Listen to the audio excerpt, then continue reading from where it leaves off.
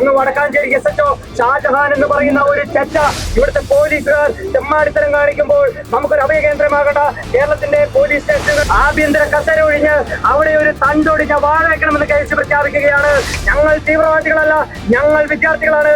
വിദ്യാർത്ഥികളായിട്ടുള്ള 3 സഹപ്രവർത്തകരെ കൈവിലങ്ങാൻ അണിയിച്ചുകൊണ്ട് നിങ്ങളുടെ ഈ കേരളത്തിലെ അഴിച്ചുവിട്ടേക്കുന്ന പിണറായി വിജയന്റെ ഭരണകാലത്തെ പോലീസിനെ ചങ്ങലടിക്കിടാൻ നിങ്ങൾ തയ്യാറായില്ലെങ്കിൽ പോരാട്ടമാണ്, ഇതൊരു പ്രഖ്യാപനമാണ്. കേരള വിദ്യാർത്ഥി യൂണിയൻ കഴിഞ്ഞ ഒരാഴ്ചക്കാലമായി കേരളത്തിന്റെ തെരുവോരങ്ങളെ സമര കലുഷിതമാക്കിക്കൊണ്ട് മുന്നോട്ട് പോവുകയാണ്. നമുക്കറിയാം, ഒരാഴ്ചയ്ക്ക് മുൻപ് അങ്ങ് വടക്കാഞ്ചേരി SHO ഷാജഹാൻ എന്ന് പറയുന്ന ഒരു ചെറ്റ നമ്മുടെ KSUവിന്റെ ജില്ലാ വൈസ് പ്രസിഡന്റ് ഗണേശ് ആറ്റൂർ ഉൾപ്പെടെയുള്ള നേതാക്കന്മാരെ കൈവിലങ്ങുകൾ അണിയിച്ചുകൊണ്ട് മുഖംമൂടി ധരിപ്പിച്ചുകൊണ്ട് കോടതിയിൽ കൊണ്ടുപോയ ഒരു രംഗം നമ്മൾ കണ്ടത് കേരളീയ മനസാക്ഷിയെ ഞെട്ടിപ്പിച്ച, വിറപ്പിച്ച, വിഷമത്തിലാക്കിയ ഏറ്റവും പ്രാകൃതമായിട്ടുള്ള ഒരു നടപടിയാണ് കേരള പോലീസിന്റെ ഭാഗത്തു നിന്നുണ്ടായത്. ഇത് കേരള പോലീസിന്റെ ഒരു പ്രഖ്യാപിത നയമായിട്ടാണ് ഞങ്ങൾ കണക്കിലാക്കുന്നത്. കാരണം കഴിഞ്ഞ 9 വർഷക്കാലമായിട്ട് കേരളത്തിന്റെ കസ്റ്റഡികളിൽ മരിച്ചു വീണത് 16ഓളം ആളുകളാണ്.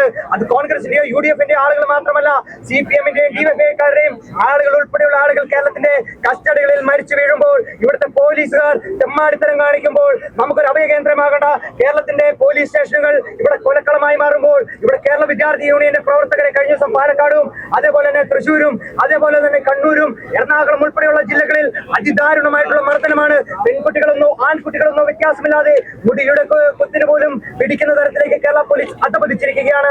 ഈ പോലീസ് രാജിനെതിരെയാണ് KSU സംസ്ഥാന കമ്മിറ്റിയുടെ മാർച്ച്.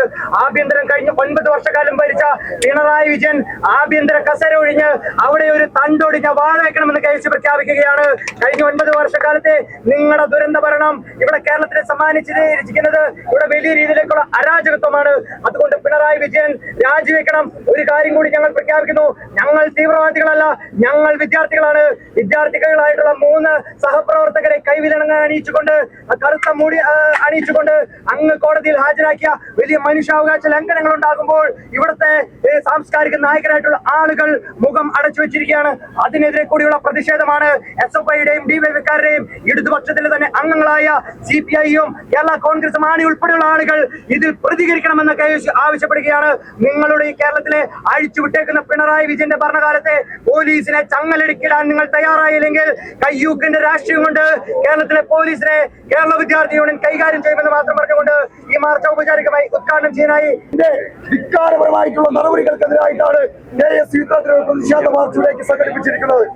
നിയമസഭയ്ക്കകത്ത് പോലും നമ്മുടെ 2 പ്രതിപക്ഷ MLAമാർ പ്രിയപ്പെട്ട സതീഷ് കുമാർ ജോസഫ്, പ്രിയപ്പെട്ട AK അഷ്റഫിനെയും അനിശ്ചിതകാല സത്യാഗ്രഹ സമരം അനുഷ്ഠിക്കുമെന്ന് നമുക്കറിയാം.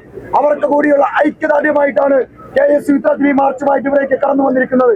കേരളത്തിലുടനീളം നമുക്ക് നേരെ നടത്തുന്ന ഇത്തരത്തിലുള്ള പോലീസിന്റെ പ്രതികാര നടപടിക്കെതിരെ, കേരളത്തിലെ പോലീസ് രാജിനെതിരെ